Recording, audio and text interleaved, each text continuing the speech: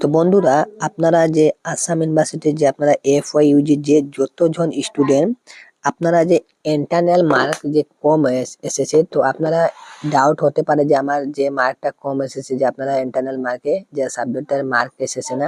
তো আপনারা জানেন যে আমার এই সাবজেক্টে ব্যাক হতে পারে বা আমার ইন্টারনাল ক্লিয়ার না, এইরকম হতে পারে। তো বন্ধুরা, আপনারা যতজন স্টুডেন্ট ভিডিওটা দেখছেন যদি, তাহলে আমি আপনাদেরকে বলে দিই যে আপনাদের যদি আপনারা ইন্টারনাল মার্ক যদি এই বছরের লেটেস্ট আপডেট এসেছে, আপনারা ভালো করে স্যার এবং ম্যাডামে জিজ্ঞেস করে নেবেন যে আমার সাবজেক্টে স্যার যে আমার এই সাবজেক্টে পাস মার্ক কত, এবং আপনারা যে আপনার ইন্টারনাল মার্ক দিয়েছেন, তো ইন্টারনালে পাস মার্ক কত এবং আপনারা অ্যাটেন্ডেন্স মার্ক পাস মার্ক কত। যদি আপনারা অ্যাটেন্ডেন্স মার্ক এবং পাস মার্ক থেকে যদি আপনারা কম আপনারা যে নম্বর পেয়েছেন যদি মার্ক, তাহলে আপনারা ব্যাক হবে, ঠিক আছে। তাহলে আপনারা ভালো করে স্যারের সঙ্গে যোগাযোগ করবেন। তো এইটা বেশি স্টুডেন্টের ডাউট ছিল যে আমার এইবার যে FYUG যে কোনো সাবজেক্টে বেশি স্টুডেন্ট আমি দেখলাম যে আপনারা 5-6 এরকমে পেয়েছেন যে ইন্টারনাল মার্ক এবং বা অ্যাটেন্ডেন্স মার্ক। তাহাদের মানে আর কি এই কোয়েশ্চেনটা ছিল যে আমার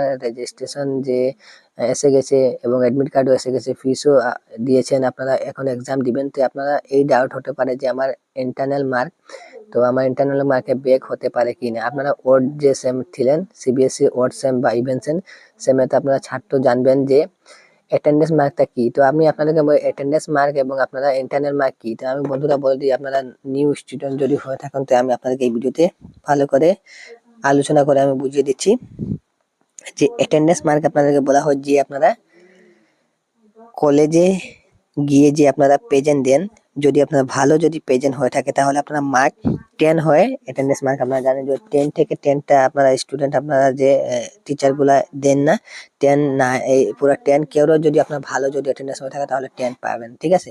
যদি 10 পান না তাহলে 8 পাবেন, এইরকম 7, 6 এইভাবে আপনারা অ্যাটেন্ডেন্স মার্কার দেওয়া হয়। আর আপনারা ইন্টারনাল মার্কও আপনাদের থাকে 20 মার্কের যে এক্সামটা হয় বা অ্যাসাইনমেন্ট হয়, আপনারা জানেন।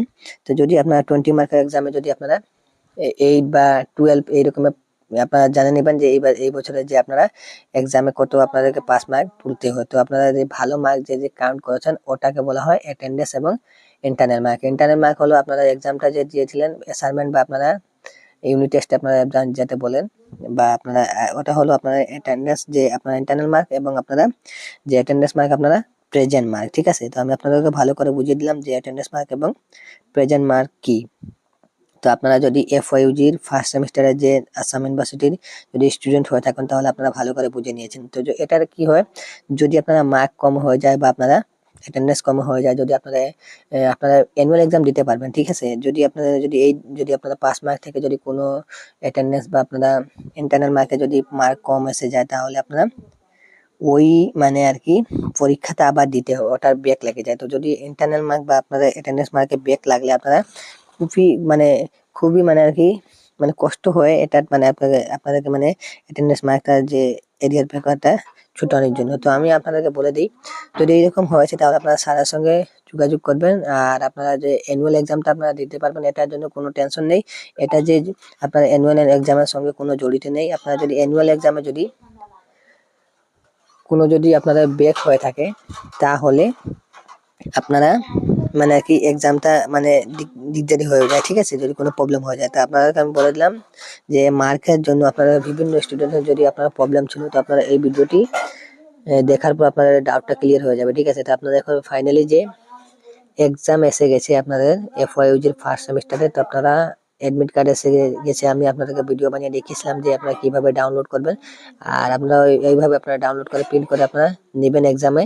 আর আপনারা যে এক্সাম দেওয়ার পর আপনারা যে সময় আপনাদের কোনো প্রবলেম হয়ে থাকে, যদি কোনো লেটেস্ট আপডেট যদি আমার কাছে যদি এসে, তাহলে আমি ভিডিও বানিয়ে দেখিয়ে দিব। আপনারা যদি নতুন হয়ে থাকেন এই চ্যানেলটিকে সাবস্ক্রাইব করে রাখবেন, আপনাদের জন্য ভালো হবে স্টুডেন্ট।